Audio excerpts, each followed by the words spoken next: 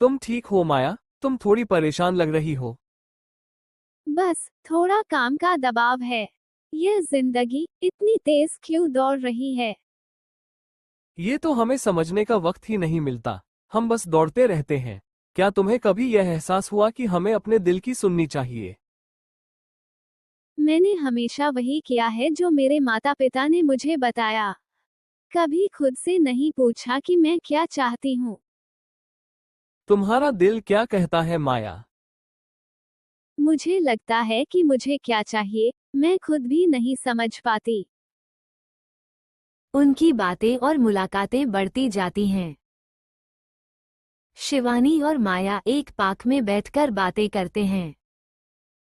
माया, तुम ठीक तो हो? तुम कुछ परेशान लग रही हो। क्या बात है?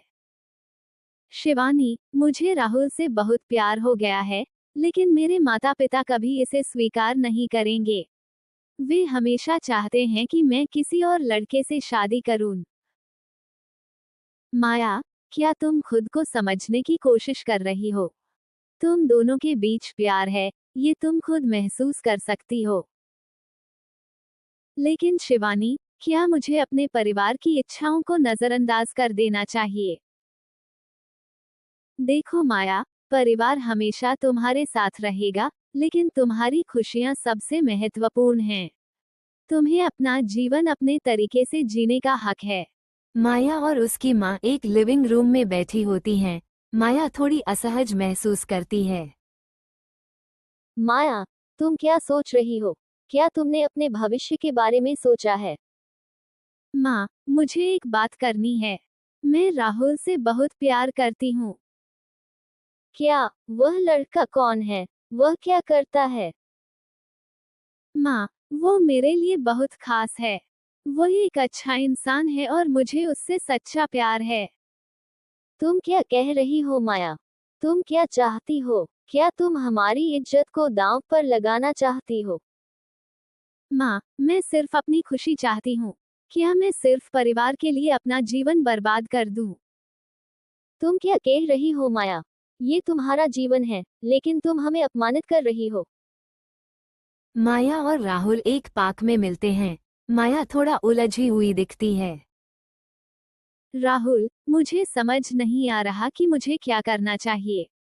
मेरे परिवार की इच्छाएं हैं, लेकिन मेरा दिल तुमसे जुड़ा है।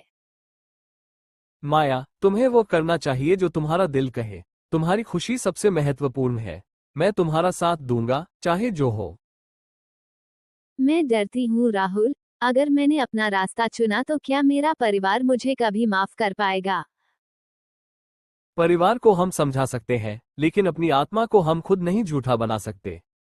कई दिन सोचने के बाद माया एक अहम फैसला लेती है। राहुल, मैंने अपना फैसला कर लिया है। मैं तुम्हारे साथ अपना जीवन बिताना चाहती हूँ। तुमने यह फैसला लिया है माया। मैं तुमसे सच्चा प्यार करता हूँ। हमें अपने रास्ते खुद चुनने का हक है। माया अपनी माँ से मिलती है और अपनी भावनाओं का इजहार करती है। माँ, मैंने राहुल से शादी करने का फैसला किया है।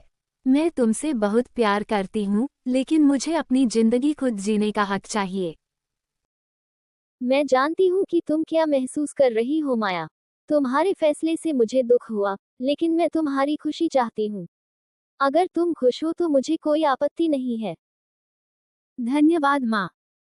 कुछ महीने बाद माया और राहुल की शादी होती है और वे दोनों एक खुशहाल जीवन जी रहे होते हैं। राहुल, मैं खुश हूँ कि मैंने अपनी खुशियों के लिए फैसला लिया। अब मुझे महसूस होता है कि सच्चा प्यार किसी सीमा का मोहताज नहीं होता। माया, हम दोनों ने जो भी किया है वो हमारे दिल से था, और यह खुशी हमें मिल गई। कहानी यह सिखाती है कि हमें अपने जीवन के फैसले खुद लेने चाहिए, क्योंकि जब हम अपने दिल की सुनते हैं तो वही सच्ची खुशी और प्यार का रास्ता होता है।